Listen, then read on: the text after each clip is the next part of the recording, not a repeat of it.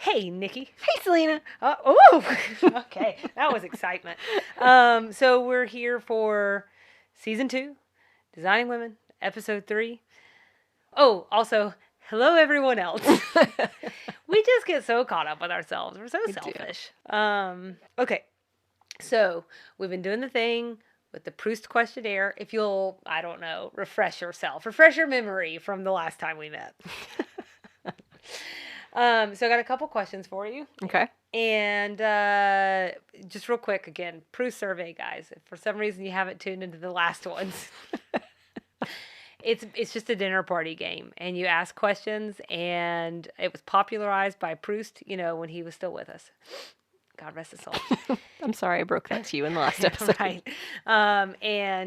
So we're just we're getting to know each other, getting to know ourselves, and we hope that you're playing along from home. All right. And with that, number 5. Which living person do you most admire? Oh my gosh.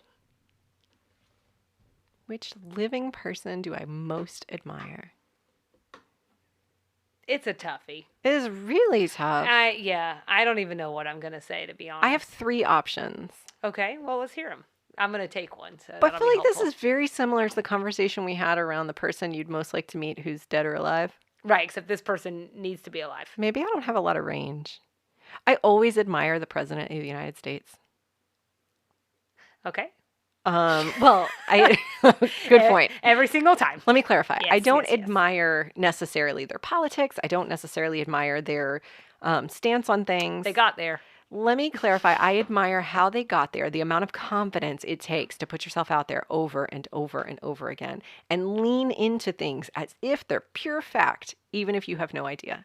And I think this applies not just to certain presidents who were, had proclivities toward the false, but every president. They have to go out there with a level of confidence and deliver a talking point. And it may not even be completely true, and they have to do it. I also admire their ability to maintain the schedule. But my actual answer, I think, honestly, is Taylor Swift.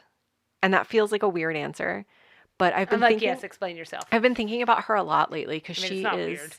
She is in the process of re-recording and re-releasing all of her old albums because someone took control of her musical catalog that she did not respect, admire, and did not think could do her library justice, and felt actually like it was a little bit of a vindictive reason that person took control of her library. And it just irked her that this person was going to make a ton of money off of her. And it's her music. It's her art. And so what she did is she took it on herself to re-record all her old albums. So now she owns them. And she gets to go back and make production choices and vocal choices she didn't get to make in the first place. So that's sort of thing one, this commitment to a thing and seeing it through and doing it because she feels like something really shady was done. 2, she's an amazing business person. The way that she has approached her career, the flip of all of this is that she started wealthy. Her family is wealthy, so she started from a place of means. So she was obviously not self-made in really the main sort of way. So that I struggle with that balance a little bit. But on the flip of it, she's made gobs of money by making very strategic choices. She does amazing things with her promotion on social media. She, this last week or maybe 2 weeks ago, released a version of a song in her catalog, her own version, ahead of schedule because it blew up on TikTok and everybody was using it, and she didn't want them using the old one because every time they use the old one, these people she doesn't like got credit for it, and she didn't like that. So she just released it off schedule. It was unexpected for anyone, but she did it because she's plugged into what's happening online. She's plugged into what's happening in the zeitgeist and in culture, and she did it. And I just think that's so admirable. Again, takes a ton of confidence to do that. All the people I admire have a lot of confidence. Kate Middleton also is on my list. They just got confidence. I think this has got to be the hardest question, of all time. I don't know. I just think maybe a Jane Goodall or something like that. Just somebody that they just want to put good in the world. They just want to do good things. And they're not really caught up in there's nothing wrong with making money. And I totally believe that everybody, you should, you know, you put something out into the world and there's value to that. And so like I totally get that. But there's just something about the people who are out there like making the things happen, standing up for like a group of people or animals or like whatever, anybody who's doing that, and they're not as focused on money and they're not as focused on like fame necessarily. I think about like anybody like Malala that's like putting herself in like real danger. Like those are the kinds of people that like I have such a level of admiration for. Like, I'm just not sure that I can just think of one person. Yeah. So I threw myself with my own question. I know that's a really tough question, especially to answer in the moment. And I think it does say something. I have this like weird fascination with fame. Like I know Everybody does. I Who know it's doesn't? toxic and I know it's not good, but I am fascinated by that life. Like again, to go back to my answer, Taylor Swift owns like two jets. Could you imagine? Could you imagine? And I'm just fascinated by that. I just want to talk to that person. I want to walk in their shoes for a day just to know. Just to know. But now I wish I had given your answer, if I'm being honest. And I think I just revealed something really bad about myself. I don't know. I don't think so at all. I am like also very preoccupied with, so like, I listen to a podcast. They do different interviews. They have ones where they interview experts, but they interview a lot of famous people. And I find myself being like, I don't know who this expert is. So I'm just like, cool, Will Ferrell, what does he have to say? Yeah. And you just sort of are curious about people who reach kind of like this level of, just like you're saying, two jets. What do you do with that? Like this unfathomable status. And then like sometimes I think it's really interesting just to hear like they're thinking of like, is it people who does they're just like us. Yeah, whatever. They're getting milk. They're just like us. They're buying milk today. But it is kind of interesting when you do, like, you're like, we can't possibly have anything in common. And then you're like, oh, we have things But for sure you do. in common. I think that's what I need to know. I will tell you someone too, also that I really admire, who is famous, but Jane Fonda. Oh, yeah. What a woman. Right. It's, again, like, my gosh, like the confidence, the like drive. And I also have a real thing with success, like successful women. I would love to meet every like hugely successful woman in the whole world. And I know there are ranges of what success is. I'm talking about like top of their game over and over and over again successful. I just love to sit down with that person and talk about it. Yeah. I just would too. Jane Fonda, we'd love to talk to you. Anytime. If you've ever seen Jane Fonda in 5 acts, or you have not seen Jane Fonda in 5 acts, it's a documentary. Oh my gosh. I laughed. I cried some more. I mean, when they made 9 to 5, you'll like this, we got a Dolly connection. They gave every dollar away. I feel like I knew that. I felt, hold on a second. Definitely for her exercise video, they gave every dollar away. I think they gave probably a significant portion for 9 to 5 was all about helping women in the workplace. Yeah. And there is so much pressure on women in the workplace. I think some people really understand. I think others really don't. And so just the barriers that they were breaking down. I mean, I just have so much love for her. So I think that is someone else that I really want to throw in that pile as well. Gosh darn it. Well, now I'm going to have to add Dolly because she also is a very philanthropic person and a massively successful person. And to put those two things together, one of my, like the saying I say all the time lately, because the world is so dark, it's so easy not to be an a-hole, especially for wealthy people. For like a penny in their mind, they could change someone's entire life. Like occasionally you hear a story about Taylor Swift where she paid someone's student loans. To her, it was nothing. She owns 2 jets. So that was just, she didn't go shopping today. Sure. She paid off a person's entire student loans. And that is like on the far end of what I would expect from a celebrity. They could stop by a middle school and sign some autographs and change that entire school's lives. And I just don't understand why celebrities are as a-holy as they are, because it's so easy not to be. Sorry. I jumped on a soapbox with your question. No, and I'm like, I'm going to throw one more in there. I'm just going to say, we didn't really talk a lot about men. Of course, you talked about presidents, so those are all men. That's true. So, check mark. That's true. And I'm going to move on to our next question. Mm-hmm. We do have an episode to talk about. You're liking this proof survey, though, I aren't do, you? although Yeah. I'm not sure I feel good about myself in that last one. I'm Carry on. going to tell you, I'll Nikki, continue this introspection. what is your greatest extravagance? Ooh. I'm like, define extravagance. Yeah, what does that mean? I am not a particularly extravagant person. Again, see aforementioned answer that I am not rich nor famous. My greatest extravagance. All I can think of is that I get my hair done. And like do or die, I get my hair done. Like during COVID, as long as they were still wearing masks and I was still wearing masks, I got my hair done. I just do it. I do it all the time on a schedule. Self-care, man. That's important. But that's my only self-care non-negotiable. Everything else, I'm like, oh God, I should get a massage like once a month. Why don't I do that? And then I don't because it's another thing to do. So my hair, I think, is just like my one. I've been on a schedule for years now and I just always do it. But that doesn't feel like the right answer. Yeah, I don't know. Well, I mean, there isn't a right and wrong answer. Yes, there is. Well, There's I always think a right we're or wrong sitting in mine.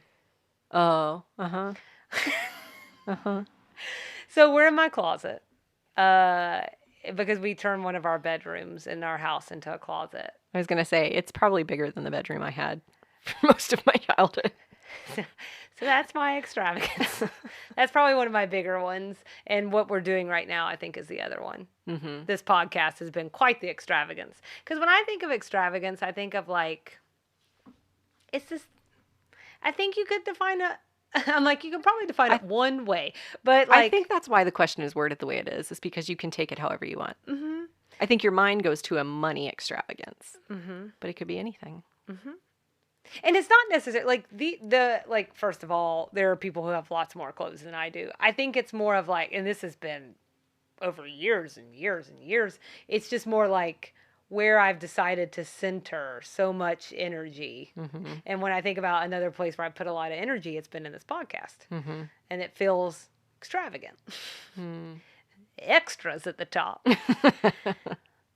It's actually my nickname. So I think that's mine. I think we need more extravagance in our life. Yeah, we're going to need to. I'm glad that you're getting your hair done, but we're going to have to put some more extravagance. I know. I got to work on that. So we got some things to think about. People that we admire and how we can inject a little bit more extravagance into our lives. What's everybody else thinking of? Tell us. We want to hear about your extravagances. I know. It's hard to move on from that because I feel like there's so much I just learned about myself. I like envy wealthy, rich people, and my one extravagance is getting my hair done sometimes. Well, let's just get you a private jet. Come on, Taylor. You have two. Just give us one. Seriously, man, this is what I'm saying. Like, can someone just come pay off my mortgage? And then it takes us to the conversation about the 1%ers, and it just gets complicated. Well, let's go into something that's not complicated. And yet it is somehow. Season 3, episode 3, season 2. I was like, uh-oh. Anthony Jr., the Hulu episode description is, Anthony's fabrication of a pedigree family to impress his girlfriend's parents is shattered when an uninvited dinner guest informs him that he is the father of her son. IMDb says, after Suzanne is in a car accident, she decides to become more charitable. However, her idea of charity is helping Anthony make himself look more well off than he is to impress his girlfriend's wealthy parents. She lets him use her house, but no one is prepared for the shock when a woman comes to the house claiming that he's the father of her baby. That is a long description.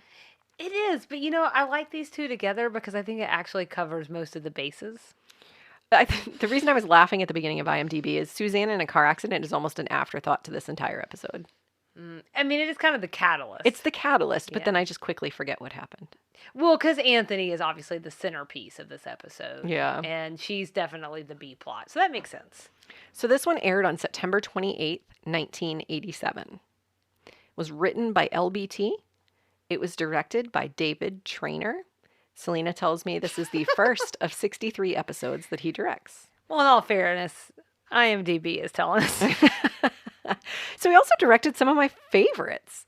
Boy Meets World, Grace Under Fire, which I have not seen in years, but my mom used to love that show, and I watched it, and I really do like it. It's great. That 70s show, I watched that for a period of time. And The Ranch, which I feel like is supposed to be a problematic show, but I actually really like it. I haven't really watched it. One of the reasons I capture both that 70s show and The Ranch, in addition to David Traynor, the other common denominator there is obviously Ashton Kutcher. Kutcher. And Like Danny Masterson. And Danny Masterson. Mm-hmm. Yeah. Is he still on? Did he Oh, get to finish up The no. Ranch? No, he didn't. So, There's a story there, people. right. Go look it up. Right. Go look it up yourselves. So David Traynor, I just thought it was interesting because a lot, my very naive understanding of television shows, I want to be very clear about that because I never want to sound like an expert when I'm not. But is that usually you have a lot of guest directors that come in. It's highly unusual to have the same director throughout. I mean, how many directors have we seen? Yeah. Like a ton already, right? And he, I think, directed every single episode of that 70s show. Oh, wow. And he directed every single episode of The Ranch. And the reason I just think that's interesting is because in the tie-in to Designing Women, you can kind of see that he's sort of starting that path of being like that involved in one show versus like directing lots of different shows. You left off that he also directed Sabrina the Teenage Witch. Oh, I'm sorry. And Hot in Cleveland. I'm sorry. Oh my gosh, he's done so much. He's done a lot, yes.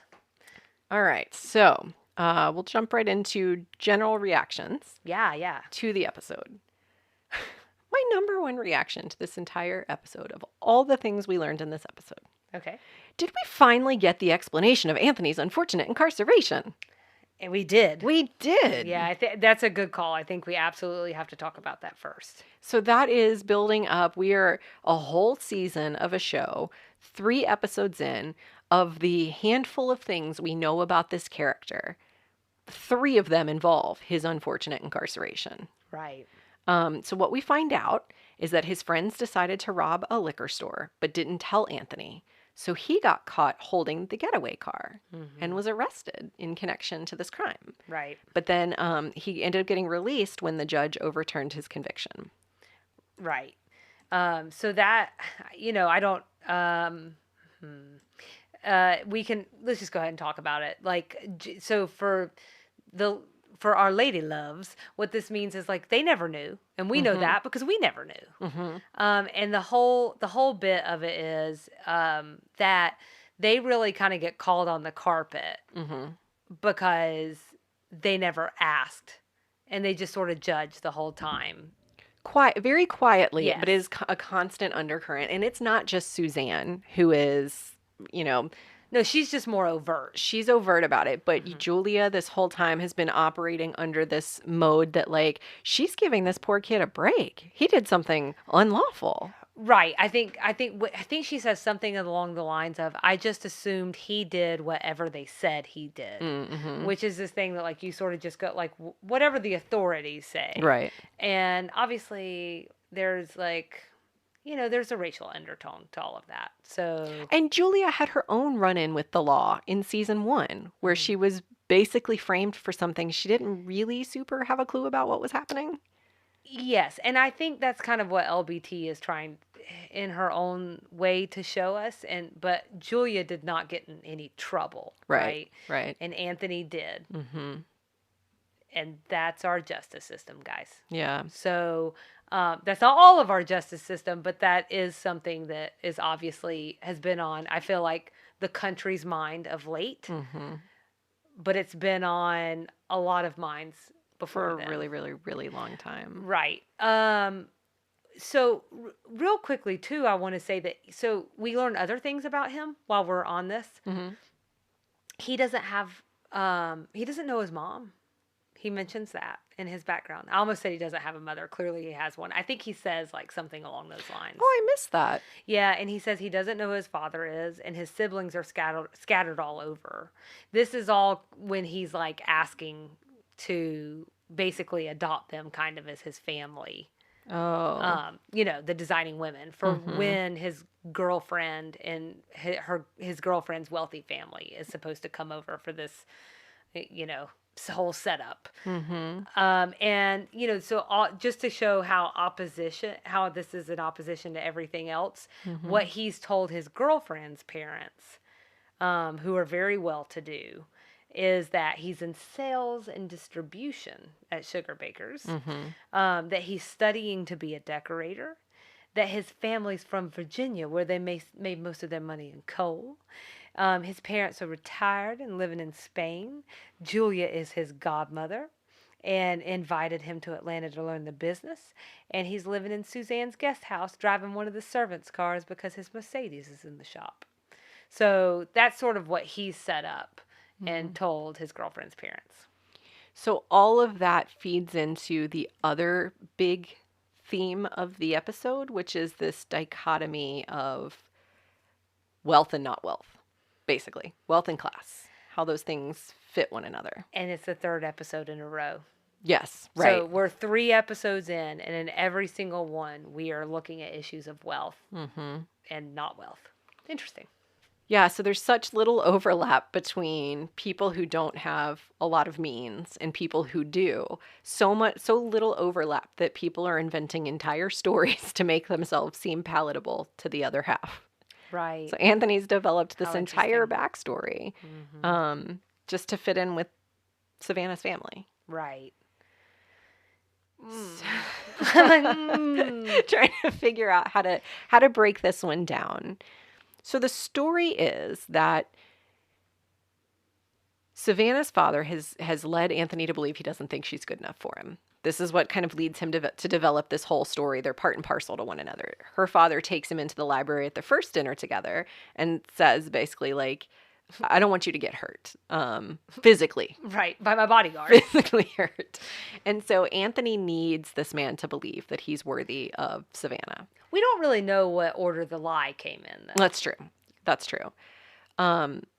But Anthony needs, so this is why he drafts the designing women to help him, because they are of means and they do have some class, whether their business is struggling or not. Obviously, Julia and Suzanne sit in a certain stratosphere. Right. In Atlanta. Yes. So he thinks it'll be more palatable to invite these people to Julia's house than to admit what his situation is. I'm just going to say one thing because I do think it is central to it's Suzanne's because he's staying Sorry, there. Yeah. I mean to imply someone. One of the 2 sugar bakers, he's invited. So he brings them to Suzanne's house and tells this whole lie, which I think the father sees through pretty immediately. But the father has hired someone to tail Anthony, which we find out later in the episode. It's something about that PI just really gives you so much perspective, So we find that out later in the episode. But because of what he found, he sets into motion a series of events such that this woman barges into this dinner party at Suzanne's house and claims that Anthony is the father of her baby. And Anthony immediately says, I have no idea what you're talking about. But no one believes him. Right. No one believes him. They don't believe him at all. And I guess they're sort of just like, maybe you forgot. Or maybe you're lying. Right. Or maybe you really didn't know or whatever. But no one is on his side. And we don't really get a sense for what Savannah's thinking of all this. We don't get a lot of Savannah at all. She has just a couple lines. Right. Savannah being the girlfriend. Right. So we have no idea what Savannah thinks. But the rest of the dinner party is in like disarray. Like what has just happened. And then it leads to this subsection of the episode where Anthony is becoming a father to this baby. Do you get the sense Anthony starts to believe maybe he's the dad? I don't know.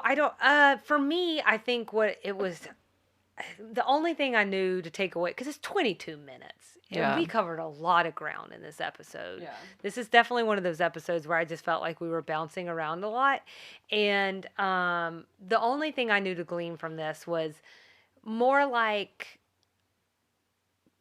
and I'm putting some of this together now, like what did I just say about his background? He didn't know his mom and he didn't know his dad. And his siblings were scattered all over the place. There's probably not much more that's important to Anthony than home. Because he probably always wanted one that was like calm and whatever everybody considers as standard, quote unquote. And I think the whole idea of like, who cares if he didn't know her or not? That's a real baby. Right. And and she's a real human. Mm-hmm. And he wasn't going to set them out in the street, which is Mm-hmm. basically where she said she was headed, because Right. that part wasn't a ruse. I think her parents probably her parents really weren't taking her back in because of this baby. Right. Which is kind of sad that Savannah's father, I don't remember his name, but like that he was going to take advantage of that. Mm-hmm. So, But I think in his mind, he was helping support her. Absolutely. He was I do giving think- her the means to her end. I totally think that he saw it that way as Yeah. well. So to me, it just makes me love Anthony more. That's what I learned.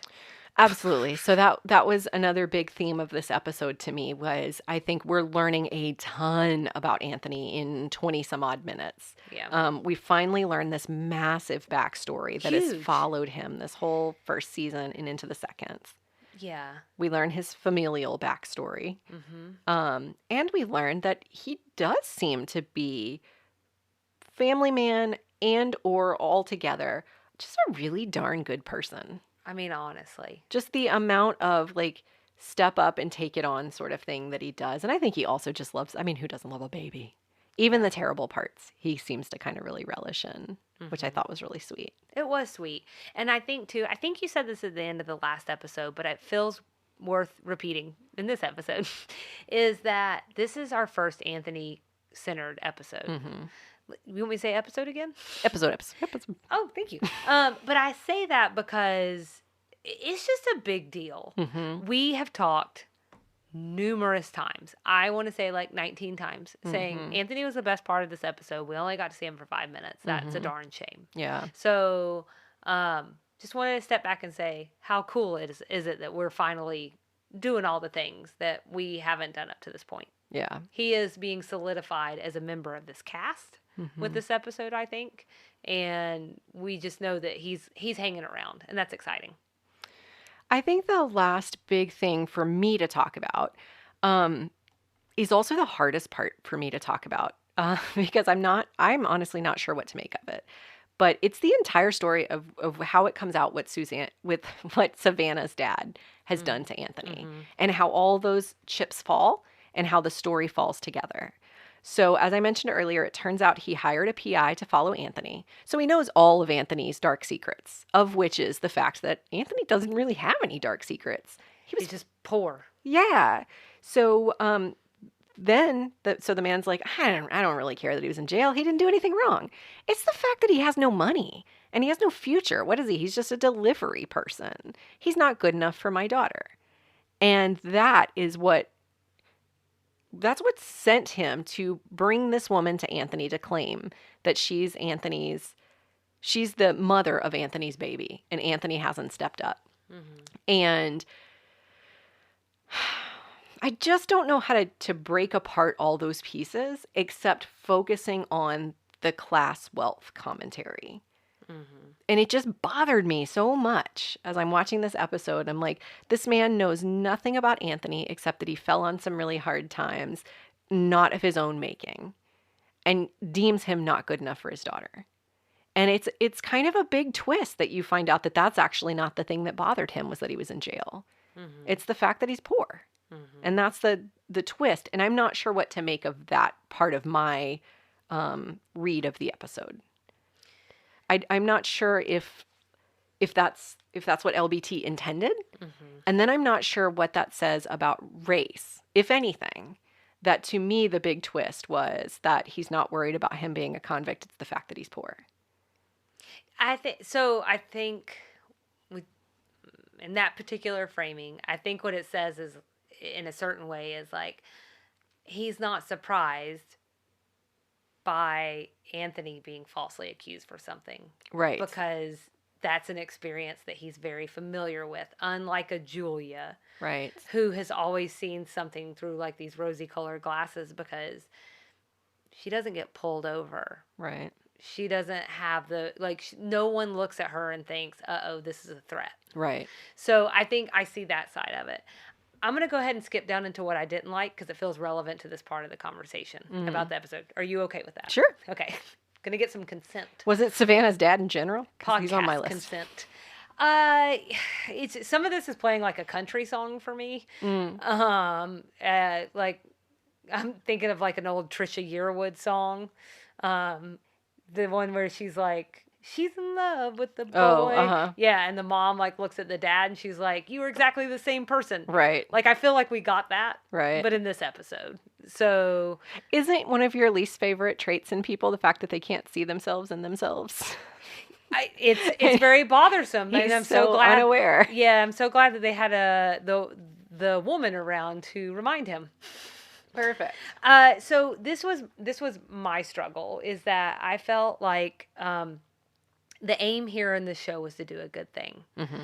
We'd spent a lot of time. Even you and I have had questions. Mm-hmm. I'm just going to go ahead and say it. We said last season when that one episode happens and the roll Big Blue, and we were like, oh my gosh, is Anthony a criminal mastermind? Oh, We haven't known it this whole time, Yeah. because there's no reason that Big Blue rolls tonight means Right. anything but Right. something criminal, right? Yeah. That can't mean dog grooming services. And it turns out I think it was a dog grooming service. You know, it wasn't an underground poker tournament. Anthony's just unconventional. Right. So trying to do a good thing with this episode, and I think we did do a good thing. We showed that there's been a lot of probably unfair assumptions made about Anthony. Mm-hmm. For me, at the same time, we also wound up creating other problems, because I feel like in the execution, we wound up introducing these other negative stereotypes, like an absent father, or the mom who didn't know who her child's father was, or was having to track down her child's father, and all these things that just create these other like issues just to Right. clear up one issue. Right. Then I don't know if you've noticed this or not. There's not a lot of African American characters on this show, right? And the person who clears Anthony's name, who's Savannah's dad, is also wound up being played as a little bit of a villain. I think they soften his character when the mom comes in and says, this is exactly who you are. And he like opens up to the idea of them dating or whatever. I think that's where we're left at the end.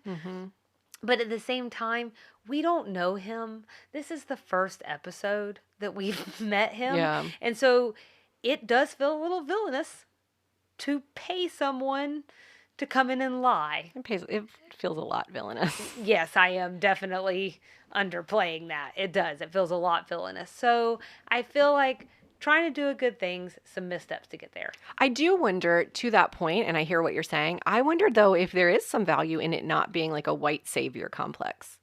So of this entire time we've thought this thing about Anthony, isn't it kind of, is there value? I don't know. I won't say isn't it. Is there value in it not having been a white person being the hero here to reveal that information? You mean like a blind side? Yeah. Okay. Yeah. Sure. Yeah. So I don't know. Again, to your point, like a mixed bag of good and bad. That's one of the things that's in my like category. I love the fact that the dad's the one that pointed out the hypocrisy. Yeah. And he was like, also, you were all lying to me last night. Oh, by yeah, the way. right. So while you're over there judging me for hiring a PI, you guys were all lying, making stuff up. And also, you never even thought to ask this man what really happened. Yeah. You know? Right. And so I thought that that was really good, because I always really like it, especially when Julia gets taken down a peg or two. Yeah. Because she's kind of nice. She sits on a pretty high horse. Yeah. I'm like, did that help? I don't know if that helped or not, but we talked about it. I have a stray observation. I think we barreled right through them, and it feels kind of silly to bring it up now, but I don't think so. Suzanne's house is different. Maybe. Yeah, because it's Monette's house. Oh, okay. Yeah, that's in my stray observations. So we learned in some trivia that when we watched the episode with Monette Monica, Charlene's high school madam friend, that house was going to go on to eventually be Suzanne's house. I think this is the first time that we have seen the downstairs as Suzanne's house, and it be Monette's house. Oh, man, I think you just like minded me or something. I think I lost the thread. Did I square every square is a Yeah, you rectangle, did. but not every rectangle is a square? You did. I'm gonna have to rebuild. I won't make you do it again. I'm gonna rebuild that narrative later in my head. Okay. Um, But yes, you did notice something different because it was different. Perfect. That's the bottom That's line what I to needed to that hear. one. Okay, what other stray observations did you have? Suzanne is wearing a royal blue dress at the dinner. Like when they come over, it's beautiful. That's it. That was really lovely on her. It looked She really does nice. look really nice in blue. Are her eyes blue? I think they are. Oh, probably. She seems Very like Liz Taylory. seems like a blue eyer. Yeah, blue eye. And Mary Jo is a lightweight again. Yeah, but they cut out some of those lines. We'll talk about it later. But yeah. You get enough of a flavor to see she's a little loopy. I missed it until Oh. I read the cut lines. Did you really? Yeah, I don't know how I Oh. did. Maybe I'm just thinking that's like part of her personality now. Oh, yeah. Girl had 3 rum balls and she's laying in the floor. Oh, she's out of it. Get off the floor, Mary Jo. Anyways, she's 100 pounds. I bet you she's not even 100 pounds, actually. So, other stray observations? That's it. That's all I got. All right, I have some about Suzanne. Okay. That car wreck that she gets in. Mm-hmm. She says once she's back in the house, she was pinned in her car for 15 minutes. What happened? I mean, she was like, 5 seconds from the door? Mm-hmm. I'm just saying, I didn't really follow that one too well. So while we're there, actually, this probably should be a stray observation. Julia told Suzanne to go lie down upstairs after her wreck. She trying to off Suzanne? Oh, what if like she it's a had concussion?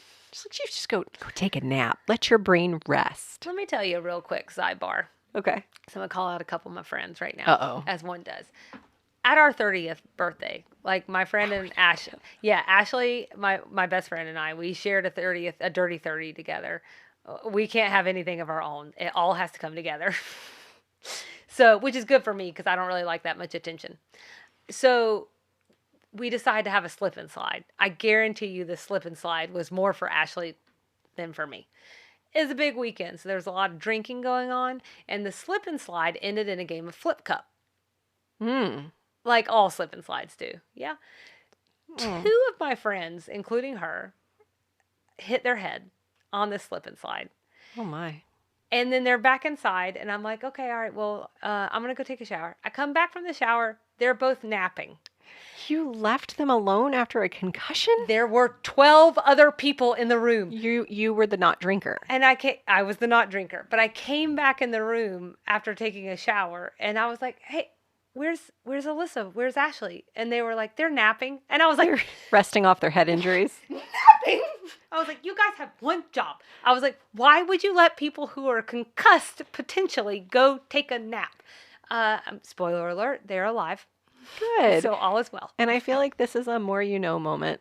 If you didn't glean, don't lay down after you have a concussion or potential concussion. Don't rest your brain. There's been so It's many not good. lessons learned in this season so far. Don't take off people's pants. Mm-hmm. Without their knowledge. consent. Yeah, right. Without consent and knowledge. If you have consent and knowledge, You have at it. You take their pants off. And then also gritted that teeth really did was it for me. aggressive. And then also like if you're slipping sliding down into flip cup and you hit your head, you just stay up now and watch an episode of Designing Women, then come join us here. And if you're the non-drinker, stay up with them so that you can download our podcast for them when they're not able to figure it out. And that is Selena's sidebar. Impromptu. I did have a couple of other stray observations. Okay. The story opens with Suzanne showing off her new and expensive purse. Uh-huh. $700. Mm-hmm. Today, that would be almost $1,700. Mm-hmm. I found it very rude to drop those price tags in front of people. I was very surprised by that. What do you mean? It feels very not Southern and like... Oh, I see. You mean between the women, betwixt the women. You don't talk about those things Yeah. in public. That's a private thing.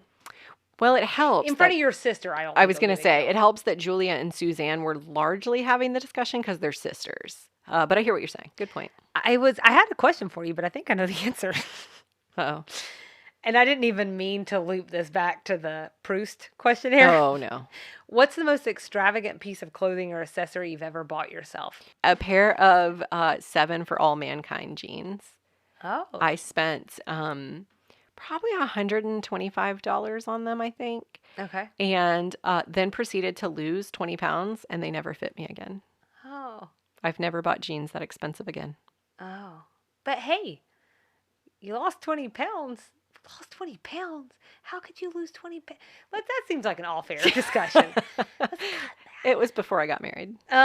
Okay, so then I feel like I need to answer in kind Mhm. because Yes, well, now that you called me out. right. So mine's way worse. Okay. All right.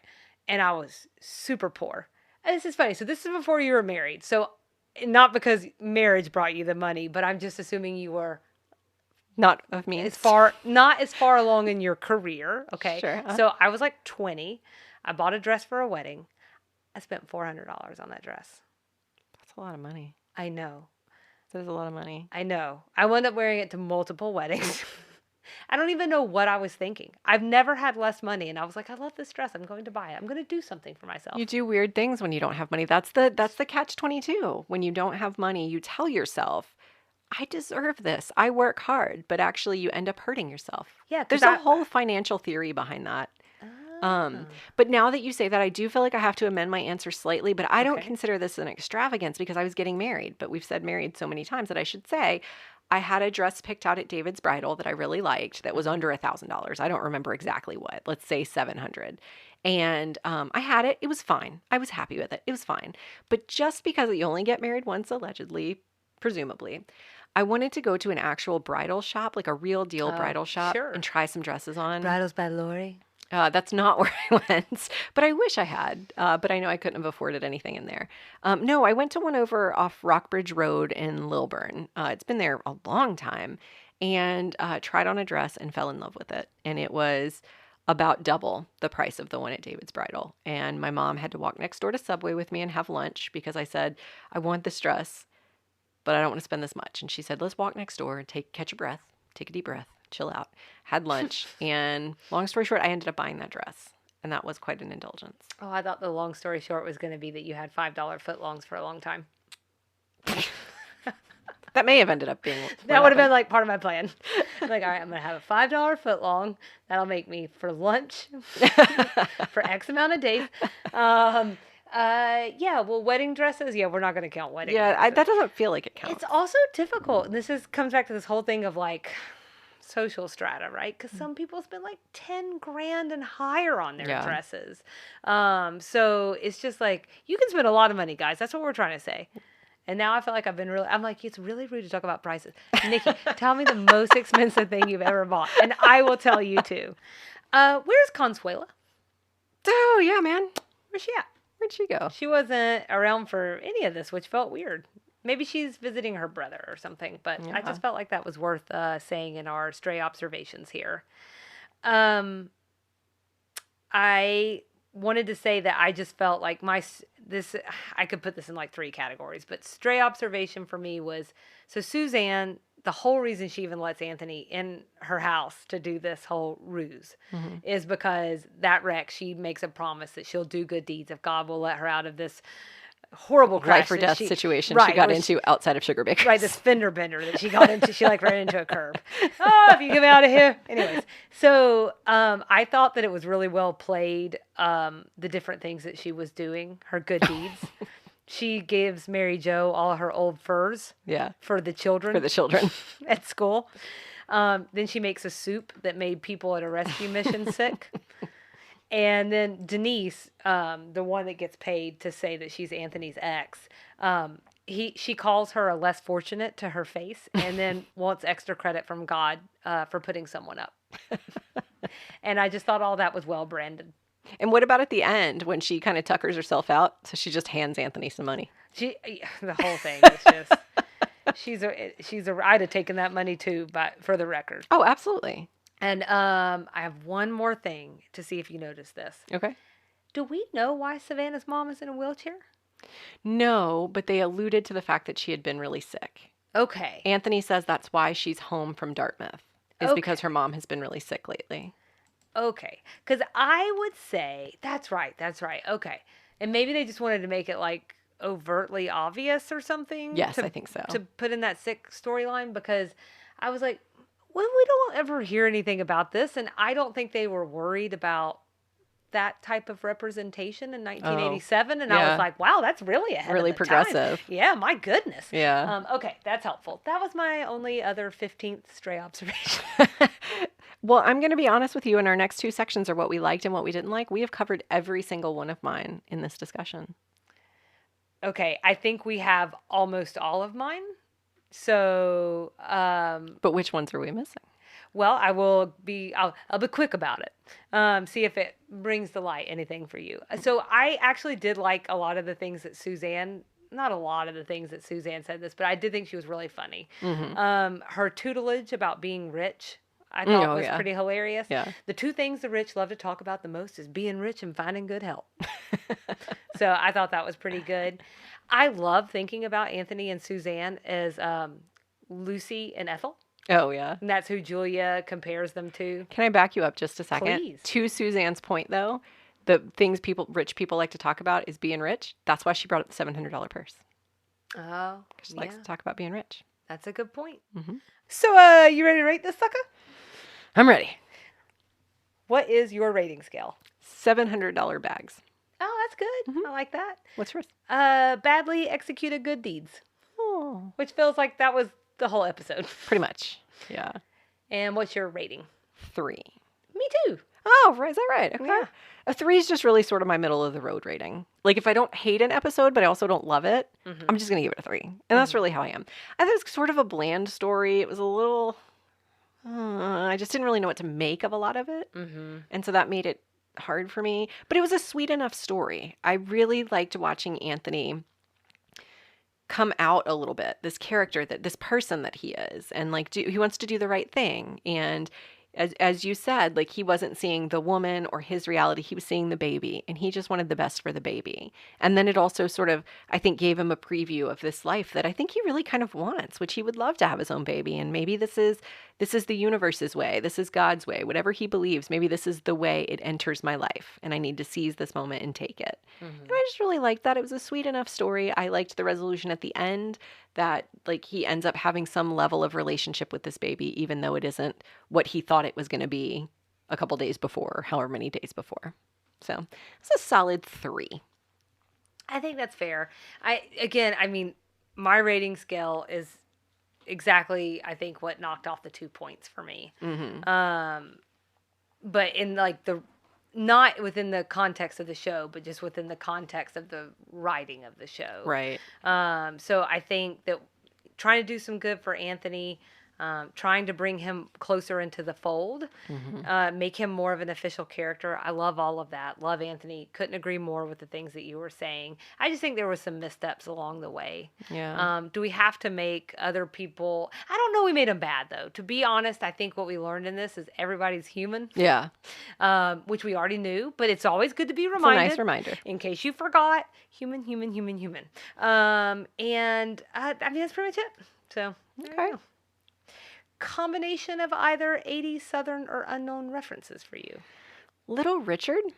Oh, okay. And I'm not sure that it's I'm not sure why he's here, except to say, like we talk about the 80s, and sometimes, like we just did in, I think, the last episode with Desi Arnaz Jr., Sure. if they're of a different time, I have nowhere else to put them.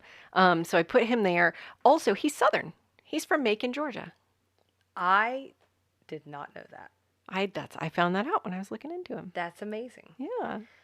When did Little Richard come up in the episode? Do you remember? When Little Richard came into the episode, when it came out that Suzanne was donating her furs to the elementary school. That's right. And Mary Jo says half the 4th grade looks like Little Richard. Okay, I feel like that was worth the look up because that line made me laugh. I can't believe I didn't remember that reference. Yeah. And I don't even know, I can barely even remember like what Little Richard looks like. It's not like I like see him all the time. Oh, see, I had, for whatever reason, ingrained in my memory. Yeah. It's the throwing off of the cape? fur cape. Mm-hmm. Okay. Gonna have to spend some time with Little Richard. 80s things. I did not have any combinations, is what I should say. So the song he was singing when he walked in the door was Endless Love by Lionel Richie and Diana Ross. And we had a Bill Cosby reference. Lucy Ricardo and Ethel Mertz, you just mentioned. This was sort of the comparison of Suzanne and Anthony coming together to host this dinner party, and having pictures taken at the J.C. Penney. I had that too, and I said I think it would be more realistic if it had been Ola Mills. You would think that, but actually, I believe the one family picture we have, and I believe it was a Mother's Day gift to my mom, like a formal family picture, was taken at J.C. Penney. Oh, I totally, like, pictures were taken there. Yeah. But I think when I think, like, of 80s, I think of Ola Mills. I don't know why. Mm-hmm. Oh, maybe because, like, Ola Mills is at the bottom of, Right. like, all the photos that are in, like, my grandparents' house and stuff. Yeah. That was all of your references? All of my 80s ones. 80s references. Okay. So I think the reason I'm getting confused is because a lot of your 80s ones are references I looked up or felt like we should talk about. Oh, okay. So hopefully I won't mess this up too badly. One of the 80s things that stuck out for me was having to go in person to register for college classes. Oh, mm-hmm. So, or just of a different era. Yeah. That was even probably slightly before us, honestly, in college, that they went in person and registered. Mm-hmm. That's wild. It is. I'm very thankful for technology when it comes to stuff like that. Oof. Southern things? Andrew Young. This was mentioned because Suzanne bought her purse to take to a dinner party with Andrew Young, who is, I'm going to say this in present tense, and now he is still alive, right? He's still alive. Okay. So Andrew Young is an American politician, diplomat, and activist. He began his career as a pastor and was an early leader in the civil rights movement, serving as the executive director of the Southern Christian Leadership Conference. He was a close confidant to Martin Luther King Jr. This is our second reference to him. Yep, that sounds right, now that you say that. He was also mentioned in episode 14. I don't know if I could tell you what episode 4... That might be the Monette episode, actually. But I just wrote episode 14 down so I wouldn't forget. He's sort of Atlanta and Southern royalty when you Yeah. think of social circles. Right. So I have here the, like, you know, because she usually hangs out with the swanky crowd. He was also the 55th mayor of Atlanta. I cannot remember his terms, but it may have been around this time, which is part of what I think put so. him in that stratosphere. I think in the last season she calls him mayor. Okay. I think. And it was definitely around this time period. I also have the Tuxedo Road Racket Club, which plays into our extra sugar for this week. I didn't find any proof that a club by this specific name existed. I don't know if you looked into it. I looked up every single reference that they make. Like, here's all the rich people references you need to make. I couldn't find any of them. So, Tuxedo Road, which we'll get into in Extra Sugar, is a very exclusive neighborhood in Atlanta. And so it fits like the fact that it would be a racket club off Tuxedo Road, which is why I latched onto this for Extra Sugar, because it is such an obscure Atlanta reference that as someone who's lived in Atlanta for a long time, it even took me a minute. I was like, did she just say Tuxedo Road? That's a real place, right? And I had to go Google it. It's a whole neighborhood. We're going to get into that in Extra Sugar, but that was one of my references I wanted to mention here. And then finally, Emory University, which is where Savannah was taking classes, where Savannah was thinking about coming to college. She was taking classes at the community college with Anthony, but was thinking of transferring to Emory. It's a private university here in Atlanta. It is incidentally the second oldest private college in Georgia after Mercer University. Oh, okay. So that was my last Southern thing. Well, there you go.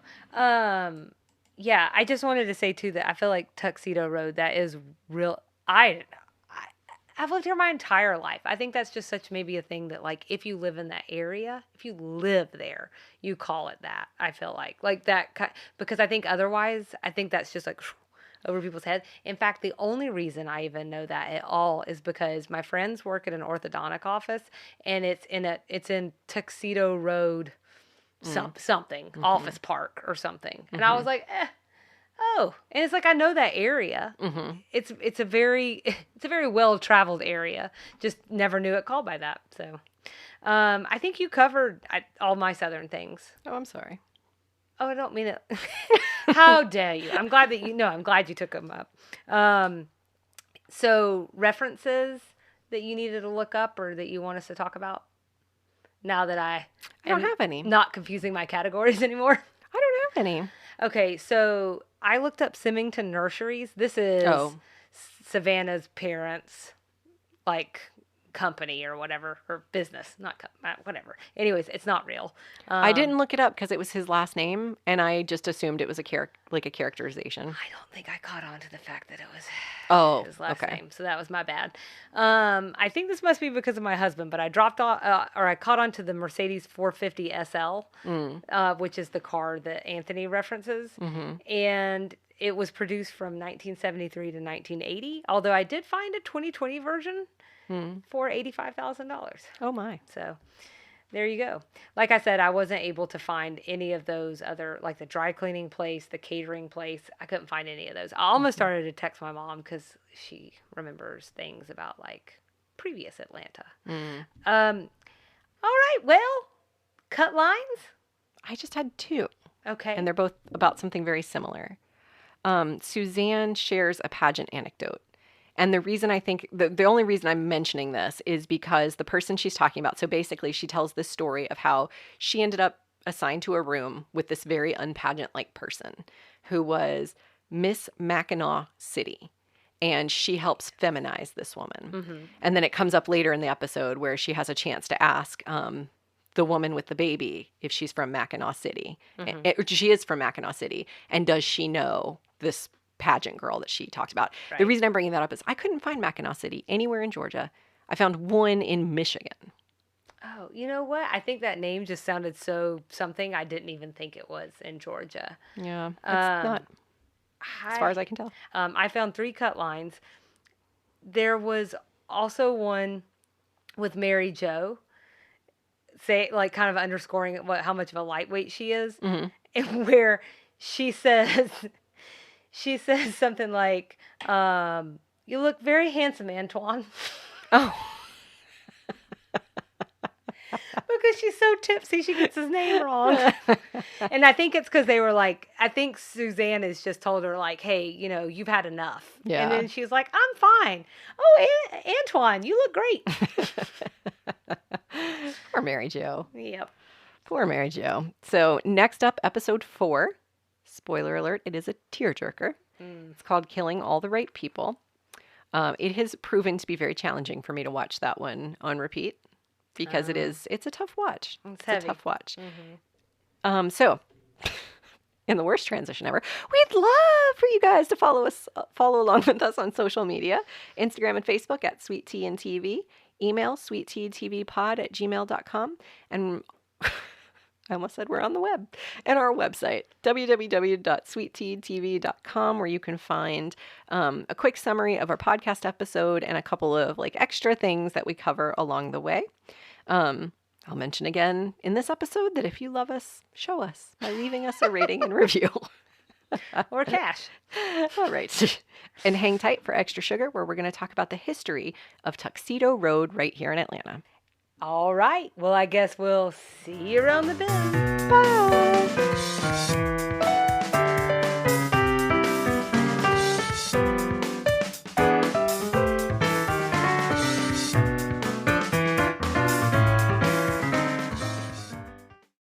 Welcome to this week's edition of Extra Sugar. So this week I did a double take when Suzanne mentioned Tuxedo Road. She mentioned the Tuxedo Road Racket Club. And that's such a blatant Atlanta reference. I think we just talked about this in the episode. Even people who've lived in Atlanta their whole life maybe don't get it, but it is really Atlanta. Like me. Right? Yeah, I think that's what makes it so impressive. I've never lived anywhere close to in-town Atlanta, ever. The closest I've ever lived is 20 minutes outside of Atlanta. And even I got the reference. It took me a second because it's an obscure one. What does that say about me and you?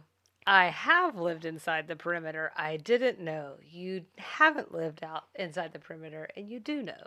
I think your Proust questionnaire is coming full circle.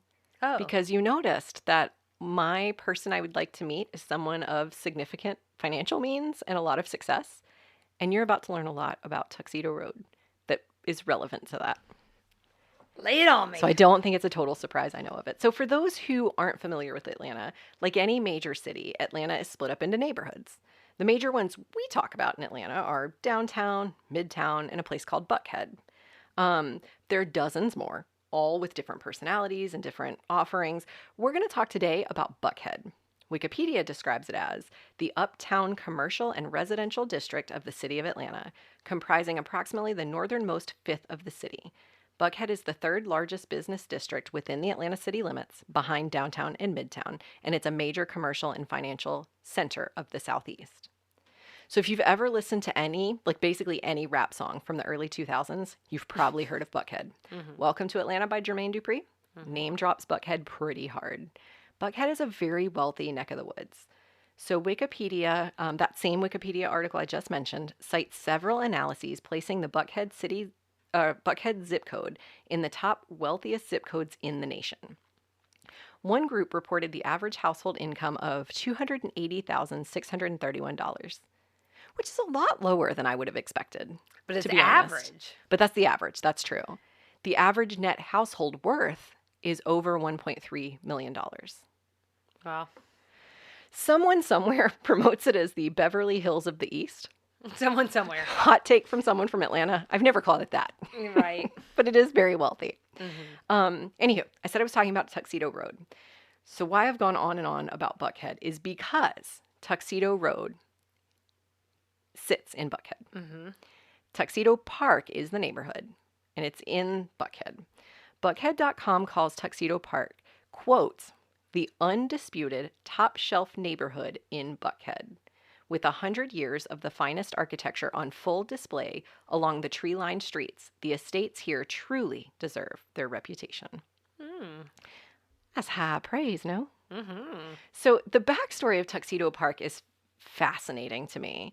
I am forever fascinated by these stories of people in the late 1800s, early 1900s who had the foresight to like buy a big piece of property, or the luck, honestly, is what it sometimes ends up being, and then it turns into something. Sure. And this is in that vein. So in the 1800s, Tuxedo Park, and really Buckhead, generally was considered rural. Is that a wild thought to you? It is 7 miles from downtown Atlanta. Yeah. I mean, well, yeah. And those would have been considered like the country homes of wealthy people. Oh, I see. Well, you said 100 years ago? Yeah. Because I'm thinking like, well, 7 miles might be a long way. Right. Buggy. Certainly, Right. when you don't have vehicles. But it's just a weird concept to me, not having ever lived in that life. So the original plot of land for Buckhead was Tuxedo Park, was purchased by a man named Charles H. Black Sr. for less than $100,000. He apparently was a businessman who had gone down to Florida and lost a fair amount of money in whatever business dealings he had. So he came back to Atlanta and found this property and decided to buy it. Now, that's a weird turn of events. You lose a lot of money and then come buy more. Right. So I'm going to go buy a bunch of land. So really, you know the old story. Right. I think it just speaks to like how much money some people have, that they can afford to lose a lot of it and still invest. Love it.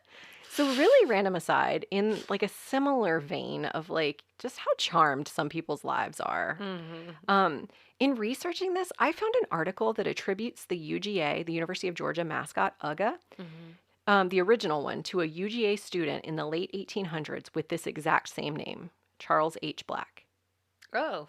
I had trouble confirming if they're the same person, but they had all the same names. And that's a lot of names. Charles H. Black. Yeah. Isn't that weird? That is weird. Like Georgia royalty? Yeah, could be. I just felt like I needed to mention that. Yeah. Anyway, Charles then became a builder and built a Tudor home to show potential clients what he could do. That home is 225 Valley Road at the corner of Tuxedo Road. I looked it up on Google Street View, and it looks like it's kind of a long street line driveway, so I didn't see the house. I can't confirm what it looks like, but it is still there apparently. I love a Tudor. Over time, he built the neighborhood up. So I found this really charming article on buckhead.com where I got some of these facts. It includes a link to a documentary about the area. The documentary was like narrated, maybe created, I think, by his granddaughter, chronicling the history of the area. It definitely wasn't narrated by her because the narrator had a very like classic Atlanta Southern drawl. Like Charleston. Very wealthy Atlanta.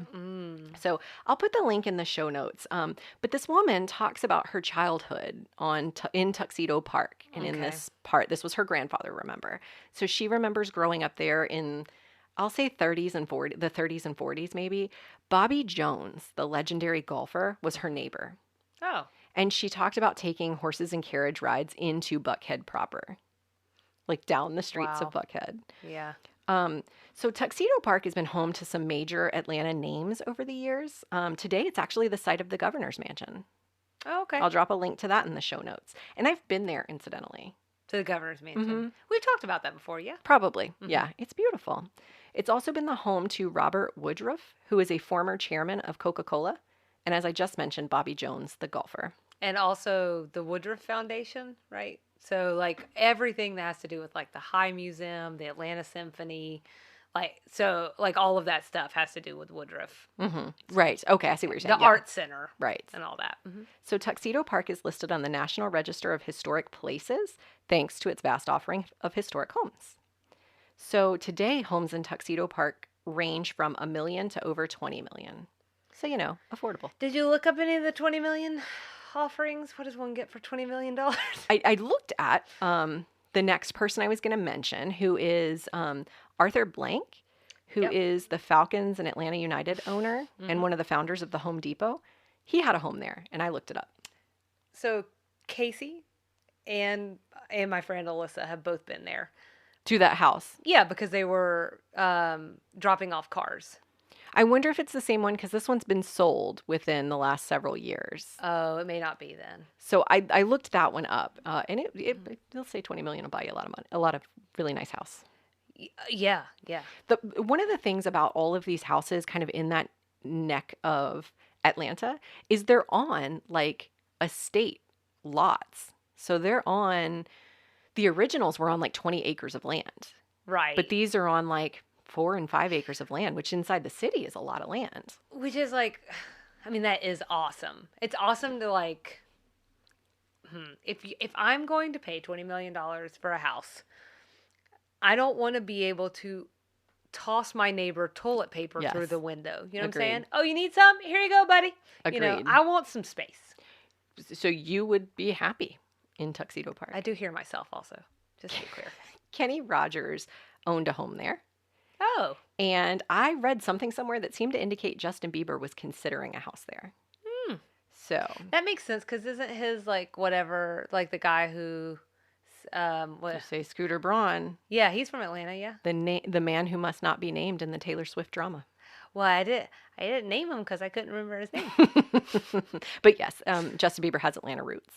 So in fact, many celebs have looked at this area to put down roots even temporarily, particularly as they've come to Atlanta to film projects. So Georgia has, and I don't know how many people outside of Georgia know this. This is like a huge claim to fame to those of us who live in Georgia. But in the last few years, Georgia has become the backdrop to all kinds of major movies and TV shows, because the state started offering massive incentives to the film industry. Yep. And to production companies.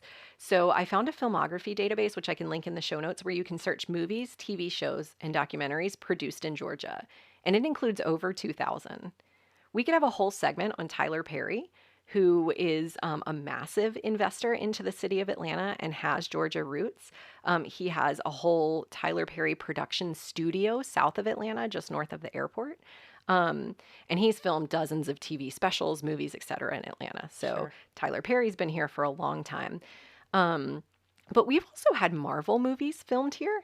In fact, that same database I just mentioned, or on that same website, it sounds like Black Panther 2 is currently in production in Georgia and in Atlanta. The TV show Ozark, The Walking Dead, and this upcoming Dear Evan Hansen film adaptation is filmed or produced or something in Georgia. One of my favorite Atlanta sightings, I don't know if you've ever noticed Atlanta when you're watching a movie, but the new National Lampoon's Vacation movie. Okay, the one with Andy from The Office? Yes. I don't know why I'm blanking on his name right now. I felt bad. I can't remember his name right now either. I was on the spot. They go to Wally World. Yeah. It's actually Six Flags. And the second it popped up on the screen, I knew it because I spent my entire childhood there. Oh, that's funny. I didn't. I should say I get excited when I recognize it. I should also say that I'm not always very good at recognizing it. So have you ever noticed it? Yes. Well, not necessarily Atlanta proper. But I mean, there's a couple of places that, like, so Stranger Things, there was some places around Stockbridge where I grew up that are in the background. So the high school that they're in is an actual school down in Stockbridge, and I've been there before. That's a really good point. They also filmed in Gwinnett Place Mall, which is the mall of my childhood, which has never been updated since it was built in the 80s. Right, making it the perfect locale. Backdrop. Right. Actually, the biggest one for me, the one that broke my heart. So when all of this, I used to live in downtown Atlanta, and for years, and like all of this movie production stuff started like right as I moved to the suburbs. And like I do remember there's a movie with Jason Bateman and Ryan Reynolds where they switch places. Okay. Okay. That was filmed in downtown Atlanta. Okay. And that was like right before I moved away. Oh. But then I want to say, I mean, it must have been like 6 or 7 years. Whenever they did Anchorman 2, there is a scene where they are literally on top, some of the most famous people in all of Hollywood, people that I look up to and admire. They did one of those gigantic, ridiculous fight scenes in Anchorman 2. Some of the most famous people on the planet are standing on top of the Muses on the roof deck, which is where the Muses is the lofts I used to live in. And they were there, and they were in Woodruff Park, which was right across the street from those lofts. I used to hang out on that roof every night for like 4 years, and it broke my heart because I was like, why didn't any of that cool stuff happen when I lived there? It wouldn't have mattered because they wouldn't have let you on the roof with them. That's true, but I could have at least like been like, yeah, I was there the night they filmed. Incidentally, there are also a lot of whatever the WB is now, that TV channel, whatever it's called now, CW. There are also a weird number of those types of shows that have filmed in and around Atlanta. Vampire Diaries and all that Right jazz. up here in downtown Lawrenceville, we were out for dinner one night and there was a film crew that had everything blocked off because they were using the downtown Lawrenceville Square to film. And it might have been Vampire Diaries. Could have been. It was around Halloween. There were like some zombies involved. I don't remember all the specifics, but everywhere you go in Atlanta now, they're filming. Do you think that just feels like only does the outside world not realize? Because I feel like that is such a well-known thing that so much of Hollywood has come to Atlanta, but maybe we just notice that so much just because we live here. I'm hoping that's the case because I'm doing this whole segment to tell other people about it. But I actually think that's true. I don't think people spend a lot of time thinking about where movies and TV shows are made unless they happen upon the filming crew. Right, that's me. Okay. But it all comes full circle because I've gone off on like a tangent about Georgia entertainment and things that are filmed here. But because of that, we've had a lot of entertainers staying in Atlanta, like A-list sort of people. And some of them actually are choosing to stay in Tuxedo Park. For instance, I found in Atlanta Magazine that Vince Vaughn and Robert Downey Jr. have both leased the same estate in Tuxedo Park. And Downey Jr. was allowed to land his helicopter at nearby school soccer fields in exchange for delivering the school's commencement address. Huh. Isn't that crazy? There you go. So all that to say, this was an amazingly on-brand Atlanta reference for a show that was neither filmed in Atlanta nor created by native Atlantans. To have picked such a prestigious part of Atlanta and to have made the reference that this was like the country club, the racket club that he needed to say he was part of to get cachet with this family. Yeah, that's interesting. It was so Atlanta. It felt like worth digging into for us. Yeah, that's thank you for bringing this here so that we can discuss it.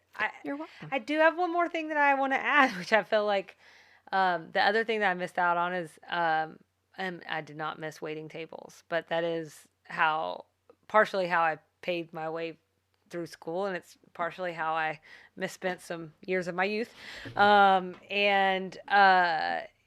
because it wasn't for me.